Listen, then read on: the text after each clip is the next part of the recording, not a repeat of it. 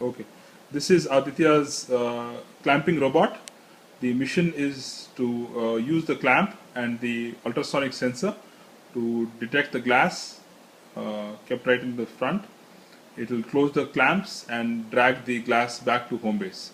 And we can demonstrate that by that the sensor, it's using the ultrasonic sensor by changing the distance between the robot and the glass multiple times.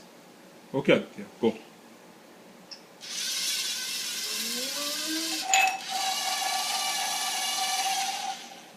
Perfect. Now put the glass further ahead. Okay, as long as it is in front of the robot. Okay.